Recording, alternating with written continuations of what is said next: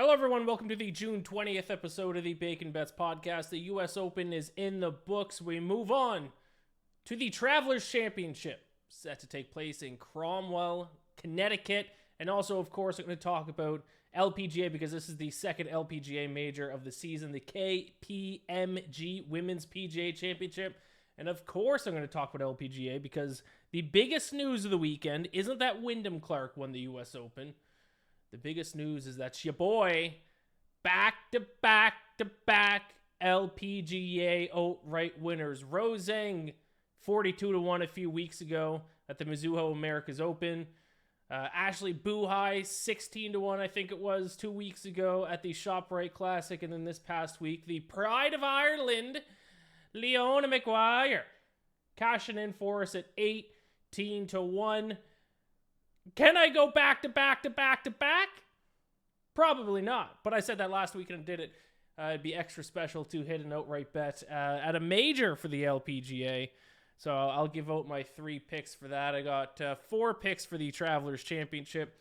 I'm recording this Monday night, so top 5, top 10, top 20, all the extra kind of odds and prop bets that are available to bet on for golf aren't available as of me recording this. So I'll just give you the golfers that I like. What you do with them and how you bet them is completely up to you. In terms of my U.S. Open picks this past weekend, I had a couple of guys in the mix. None of them came through for me. Obviously, I was not on Wyndham Clark. Xander Schauffele was tied for the lead with the record tying, because he tied the record moments after Ricky Fowler set the record for the best opening round score. And then Xander would... So he started 8 under after round 1, and then he went on to shoot, I think he finished 5 under. So 3 over for the rest of the tournament. All-time Xander collapse. This is classic. I should know this by now, betting on Xander at major tournaments. I was also on Scotty Scheffler, who's in the mix, but didn't really get enough done on Sunday to really make a push. Tyrrell Hatton, I don't even know where Tyrrell Hatton finished. Did he even make the cut? No idea. And then Victor Hovland hung around. I think he was top 20. But obviously he was never really in contention either. Hatton actually finished better than I thought. T27. So I guess all 4 of my golfers all finished in the top 27. But that's not good enough when I was betting on outrights. I did hit Scotty Scheffler top 5. Automatic. And I will be betting that again this week at the Travelers Championship. Just as a little teaser for my picks. And the shirt that I'm wearing, if you're watching the video edition, the YouTube version of this podcast, is happens to be a shirt that Ricky Fowler wore. I think it was on the Friday round, the second round, Friday or Saturday. I think it was Friday. I bought this shirt literally on Wednesday. Either Tuesday or Wednesday last week. Went to go buy a new golf outfit. Liked the shirt, bought it. Turned on the U.S. Open, and Ricky Fowler is wearing the exact same shirt. It is a Puma shirt. Ricky Fowler's a Puma guy. I guess I could have assumed that maybe he was going to wear it. Let me see if I can bring up the picture of this for those watching on YouTube that didn't see me tweet about it.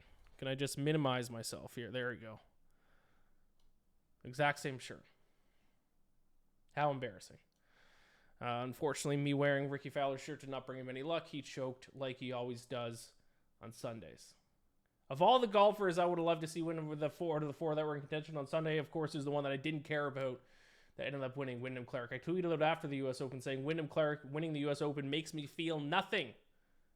Some people didn't like that. I can't help it. I can't pretend to care about Wyndham Clark. I'm sure he's a nice guy. Hey, this is a massive win for him.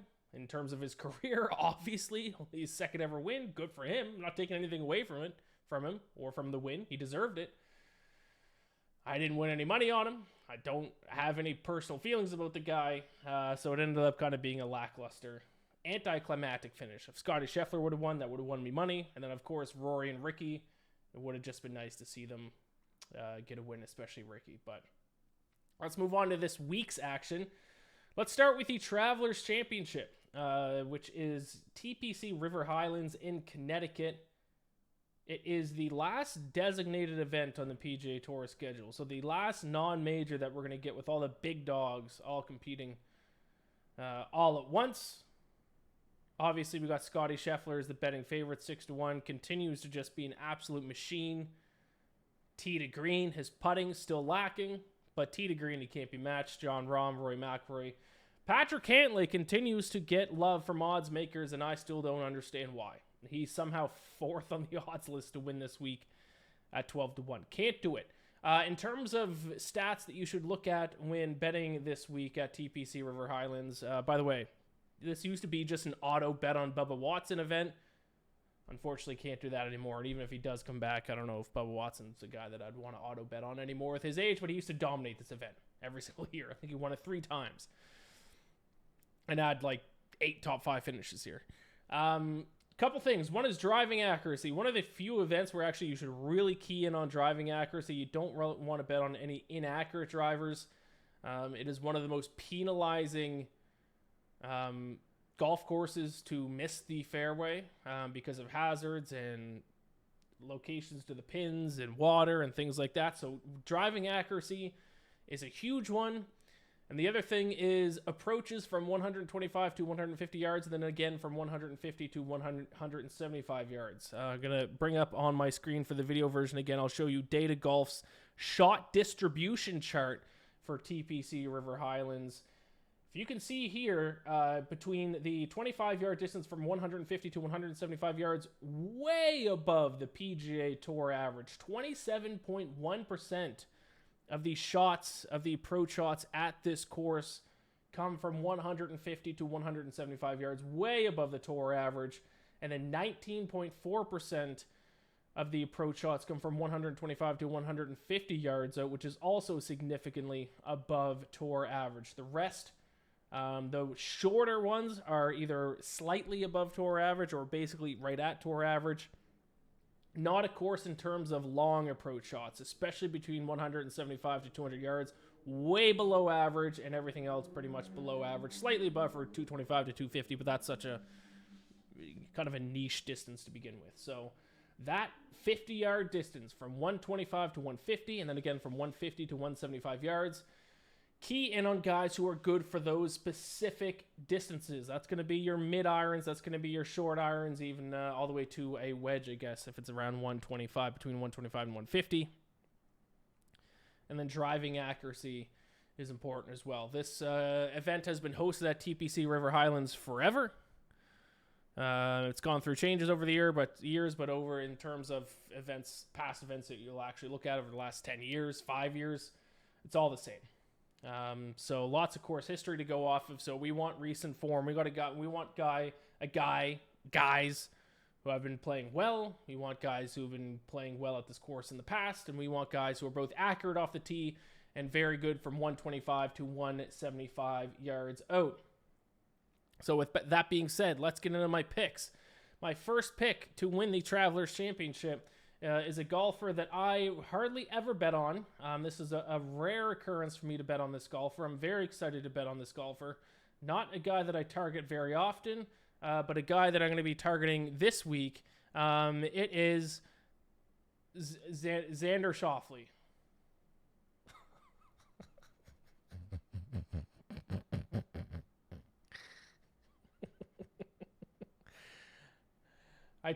I'm serious too. 14-1 are the odds that I got. He's even around 10-1, 12-1 in some places. In terms of regulated books in the state of New York, BetMGM is where I bet all these PGA outrights. They had the best price for all 3 guys that I'm betting on. I even tweeted yesterday, I'm breaking up with Xander. I'm giving him one last chance. He is the defending champion. He won here last year. So sure, maybe he's not going to win majors, but if there's an event where he's going to feel comfortable down the stretch, an event that he knows that he can win, it's going to be an event he just won last year. And the number one reason, not only is he the defending champ here at the Travelers Championship, but I talked about the distance from 150 to 175 yards out being way above the PGA Tour average at this event. Well, who leads the PGA Tour in proximity to the hole from that specific distance? Xander Schauffele. There's a reason why he won it last year. He's got to be comfortable here. And if you're willing to look past the weekend collapse at the U.S. Open this past weekend, he has been playing well. He hasn't finished worse than T24 over his last 10 finishes. Over his last 8 starts. So he has 6 top 10 finishes over his last 8 starts. Hasn't finished worse than T24 over that stretch. This is it, Xander. It's do or die. You don't win this event, I'm officially breaking up with you. I'm done betting on you forever at majors, at the Travelers. I don't care where, when, how. I will not be betting on Xander Schauffele anymore if he does not win this week's Travelers Championship. Next up, I'll just say it. Like I said earlier, though, I don't have top 5 odds released to me yet. But I will be betting Scotty Scheffler top 5. I will be betting him in top 5 at BetMGM as well, because once again, and I get people who tweet me this every week or message me that there are better odds for top 5, top 10, top 20 at other books. Yes, but dead heat rules apply at all the regulated books except for the only one I'm aware of, at least the only one I'm aware of in New York, where ties are paid out in full for top 5, top 10, and top 20 is BetMGM. So that's where I bet those, because nothing's worse than having a guy finish T5 with 3 or 4 other guys, and then you get like pennies on the dollar for what you bet. So I will take ties paid in full for slightly shorter odds. Don't have the odds yet, but I will be betting Scotty Scheffler top 5. Not to win, top 5. Let me see. Let me actually show you guys, the people watching this on YouTube. And if you are watching this on YouTube, go ahead and subscribe to the channel, like the video, leave a comment, all that stuff, blah, blah, blah. You hear every YouTube person talk about it. But let me bring up Scotty Scheffler's Data Golf page. Here are his last several starts. Third place finish, T3, T2, T5, T11, T10, 4th, win, T4, T12, win, T11, T7, second place, T9, T3. That dates all the way back to the Worldwide Technology Championship in November. He hasn't finished worse than T12 over that stretch. And he has 1, 2, 3, 4, 5, 6, 7, 8, 9, 10, 11 top 5 finishes over that stretch. I've been on him to finish in the top 5, I think 3 straight weeks or 3 straight of his events now. I'm just going to keep doing it. It's automatic. And you're still getting it based on his odds to win. You're still going to, based on him being 8-1 to win this week, you're going to get it like plus 110, plus 120. It's plus money. Scotty Scheffler top 5, automatic. Let's talk about some other golfers I'm targeting though.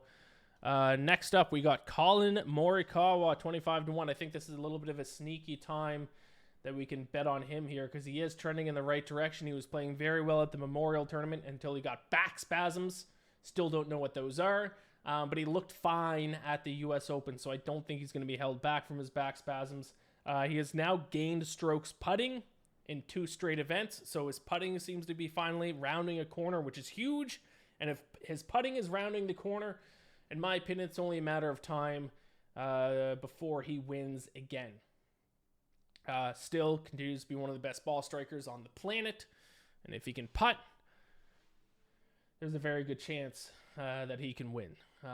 So I think we're getting him right at the right. I think now is the perfect time to bet on Colin Morikawa. Trending in the right direction. Short game coming along. 25-1 on Morikawa. And then my final pick for the PGA event this week. This is a guy I bet on a ton. Hasn't come through for me yet. He did when he was hot on a few top 10s and top 20s. I bet on him a few times over the past couple months to no avail. But I think we got something rolling here this week. It is Tom Kim, 45-1, the South Korean phenom. Because I think this course fits his style of play to perfection. Now, he doesn't have any course history, so that could be a negative. He is not familiar with this course. But if you look at what is important to succeed at this course and you look at his style of play, it is perfect. Tom Kim is not a long driver, but he is an accurate driver. In fact, he is 4th on the PGA Tour in driving accuracy. When you look at approach proximity from 125 to 150 yards out, he is 2nd. And when you look at approach proximity from 150 to 175 yards out, he's 15th. So his strengths are driving accuracy, accurate off the tee, and his mid-range to short range irons. And that's exactly what this course calls for. He's also coming off his best career finish at a major of T8. I think that's correct. I don't think he's finished better than T8 at a major. I've kind of pulled that out of my ass right now. Let me look that up before I put my foot in my mouth. Yeah, this is his first top 10 finish out of major, so he's coming off a T8 at the U.S. Open. Seems to be trending in the right direction. Style of play fits the course to perfection. Of course, no course history makes it a little bit tough. And this is a guy that I'll be betting. I'll wait to see what the odds come out, but I'll probably bet him either top 10 or top 20, depending on what the odds are.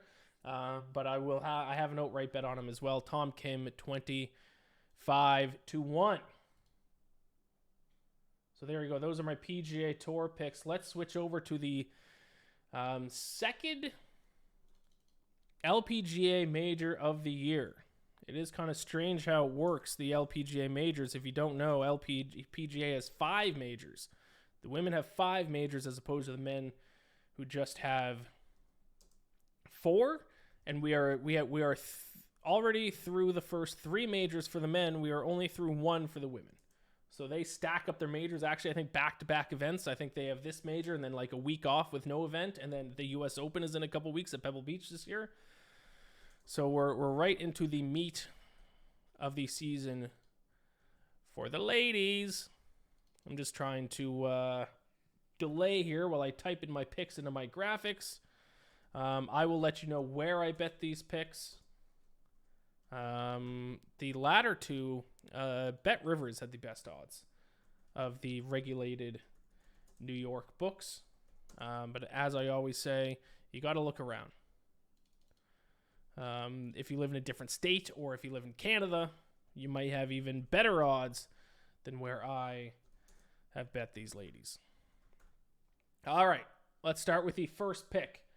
To win the KPMG Women's PGA Championship, it is being hosted at Baltusrol in Springfield, New Jersey this year. I don't have a ton of history to really go off of or kind of course evaluation.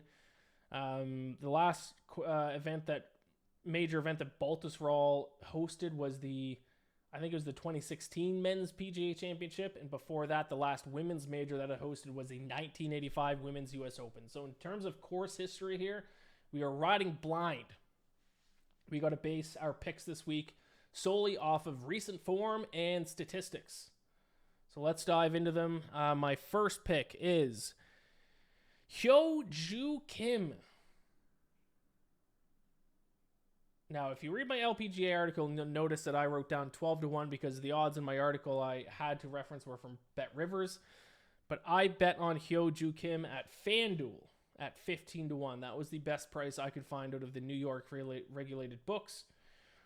This is a lady who I've won 3 straight outright LPGA picks. She has been in the hunt to steal those victories away from me all 3 of those weeks. So now it is time for me to join forces with Hyo-Joo Kim. She is in fantastic form. 3 straight top 5 finishes. 3rd at the Mizuho America's Open, 2nd at the ShopRite Classic, and then 5th last week at the Meyer LPGA Classic. So no other golfer in the entire field this week is coming off 3 straight top 5 finishes outside of Hyo-Joo Kim. Her stats have also been fantastic. She ranks 3rd on the LPGA in strokes gained tee to green, and her putting has improved over this hot streak as well. Not the best putter on the LPGA, but my strategy with the men's game translates over to LPGA. I would much rather bet on a good ball striker and hope they get hot putting than betting on a good putter and hope they get hot with their ball striking. That is a strategy that has proved to be noteworthy when betting on golf. She also has a great track record at major championships. She has finished T7 or better in all 5 majors. She also won the 2014 Evian Championship, and she finished T3 at the Women's PGA Championship just a couple of years ago in 2021. So she brings her best stuff at majors. She is on a hot streak. Her ball striking is top tier right now.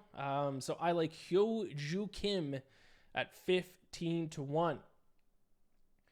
Next up, we got Min-Ji Lee, the sister of PGA golfer Min-Woo Lee. I'm going to go with his sister Min-Ji Lee. 33-1, wildly different odds for this golfer depending on where you look. As I mentioned earlier, I bet her at Bet Rivers, 33-1. I think she might be the best value bet on the board. In terms of who I think should have better odds, I do think that Hyo-Joo Kim deserves to have better odds, but I think Min-Ji Lee might be the most mispriced golfer Her game has been quietly solid over the past few weeks. She went to second place, then T13, then T13. So 3 straight finishes of 13th or better with the second place sprinkled in there. She ranks 5th on the LPGA in strokes gained tee to green. Now the issue with Minjee Lee is that she can't putt. She enters the week ranking 152nd in strokes gained putting. Not good. But like I said, I would much rather bet on a good ball striker and hope they get hot putting than vice versa. Also, this is another golfer that brings her A game when she plays at majors. And this is probably a common theme amongst good ball strikers because at major tournaments, you have to strike the ball good. So it's usually good ball strikers who end up doing well at major tournaments. It's the same thing that we see in the men's game. She has finished T3 or better in all 5 of the ladies' majors, and she already has 2 major victories, with the latest just coming last year at the U.S. Women's Open. So she brings her A game when it's a major. Her ball striking is top tier, and she's been pretty solid the past few weeks. Second place, then T13, then T13. So Minjee Lee, 33-1. And then, of course, the lady who is starting to become my favorite women's golfer outside of Rose Zhang. By the way, side note, I did tweet this out as well. I initially was going to bet Rose Zhang. I looked all for her odds. She was priced anywhere as short as 14-1 up to 19-1. I did have someone DM me say that she was 20-1 at Bet365. I think that is an overcorrection based on where she was 42-1 when she won Mizuho America's Open. Don't forget, this is a better field than Mizuho America's Open. This is a major. All the best golfers are competing this week. At Mizuho, Nelly Korda wasn't competing. Lexi Thompson wasn't competing. So it was a little bit of a weaker field. Now, 42-1 was the wrong price, but now I think, between 14-1 to 20-1 is now the wrong price in the opposite direction. If I were to set Rose Zhang's odds for this week, I would probably set her at like 25-1. Yes, huge prospect and a top-heavy LPGA. There's no way she should have been listed at 42-1 in her debut event. But let's not forget, she stumbled on Sunday. She shot 2 over on Sunday. She got very lucky that all the golfers around her at the top of the leaderboard, none of them really pushed her that much on Sunday. And then she just barely managed to win in the playoff. So Rose Zhang, very good golfer. I'll be betting on her for sure in the weeks and years to come. Her current odds now are an overcorrection, an overreaction. I have no desire to take her at her current price. I'll be cheering for her. I like Rose Zhang. 19-1, 20-1, way too short. 14-1 is insane. So I would not recommend betting on Rose Zhang this week. But that brings me to my final pick, a girl who I've bet on now all 4 events that I've been betting on during this run. Well, this will be the 4th now. I've bet on this golfer because I don't think odds makers are setting her odds right. They still haven't. And that is from South Africa, Ashley Buhai. Bet on her all 3 weeks so far, and in those 3 weeks, she has gone third. Actually, over her last 4 events, she has gone third, T7, win, T13. I don't know why sportsbooks aren't giving her any respect. I believe she won a major last year too, didn't she? I don't have this in my notes, but I think she won a major last year. I think she won the Evian last year. No, she won the Women's Open, the British Open last year. So she's already proven that she can win a major. She's red hot, won an event 2 weeks ago, ranks 10th in strokes gained tee to green, 8th in total strokes gained, and 7th in scoring average, and she's still available at 33-1. I don't know why odds makers don't give any respect to Ashley Buhai. 1 win catapulted Rose Zhang from 42-1 to 14-1. And Ashley Buhai, no matter what she does, including win, they keep setting her odds at the same thing at around 33-1. She was like 16-1 when she won a couple weeks ago, but that was an extremely weak field. The disrespect for Ashley Buhai, I will not stand for it. I will bet on her once again. So to recap all of my picks here for the Travelers Championship, Xander Schauffele 14-1, Colin Morikawa 25-1, Tom Kim 45-1 with Scotty Scheffler top 5. For the LPGA, I'll take Hugh Ju Kim 15-1, Minjee Lee 33-1, And then Ashley Buhai, once again, 33-1. Those are my golf picks for this week, both for the Travelers Championship and for the KPMG Women's PGA Championship. Best of luck with all your bets. Please remember to like and subscribe to the YouTube version of this podcast. If you're listening to the audio version of this podcast, rate and review it, and then go over to YouTube and subscribe to the channel and like this video as well. Shout out to my Ricky Fowler shirt. I'm going to wear it golfing tomorrow. How about that for the first time? We'll see how the Ricky Fowler shirt does for me. May Gambler, the gambling god, bless all of your bets.